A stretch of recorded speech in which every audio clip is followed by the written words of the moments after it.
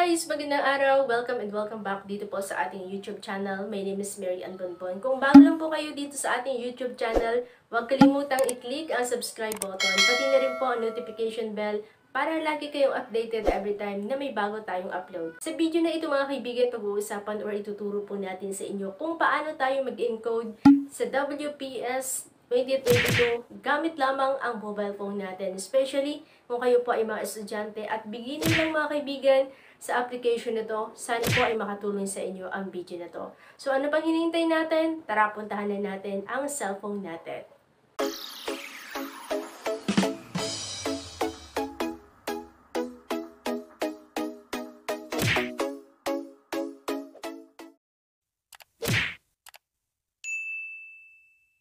Ito, tuturuan ko kayo kung paano mag-encode sa WPS ng libre mga kaibigan. Ito ay libre lang, wala po kayong babayaran. Sobrang dali lang po na application na to. So, punta muna tayo sa ating Play Store. Ayan, Play Store. Punta tayo. Tapos, i-type nyo lang dyan, WPS.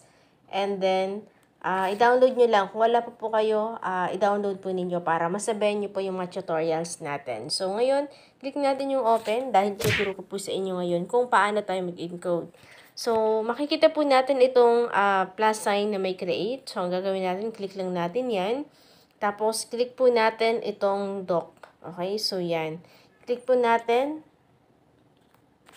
Yan, click lang natin. And then, dito, pwede po tayo ditong mag-encode. So, for example, encode tayo dito. Please support my channel. Kunwari lang to guys, ha. Yan.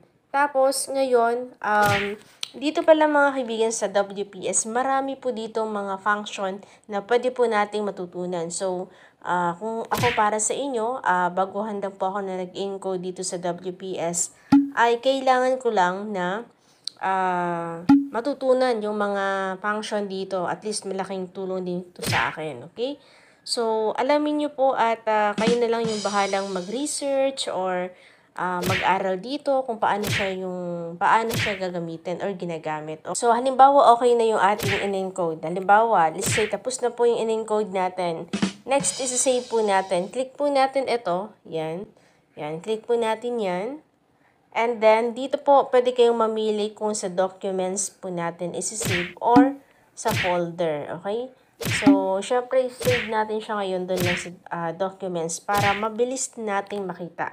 Tapos, click po natin itong save mga kaibigan. Yan.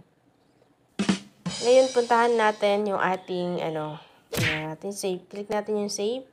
So, ayan, makikita po natin. Save na po siya. Okay. So, ngayon, punta tayo dun sa ating file manager para makita natin kung nag-save nga ba yung in-encode natin. Okay, punta tayo. Tapos, punta tayo sa documents. Ayan, makikita po natin ito. Ayan. Yan na po yung in-encode natin mga kaibigan.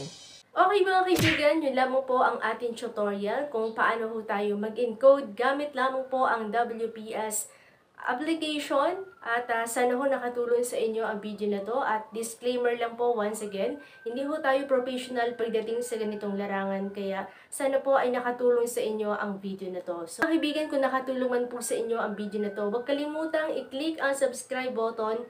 Pati na rin po ang notification bell para lagi po kayong updated every time na may bago tayong upload. At huwag mo din kalimutang mag-like at mag-share sa video na to para mas marami pang matuto. At mga kaibigan, kung gusto po ninyo na ma-shoutout kayo sa next video natin, huwag kalimutang mag-comment ng hashtag. Please shoutout kasama po ang inyong pangalan at address para alam natin kung hanggang saan na nararating ang video natin. Maraming salamat mga kaibigan. See you on my next video. Bye!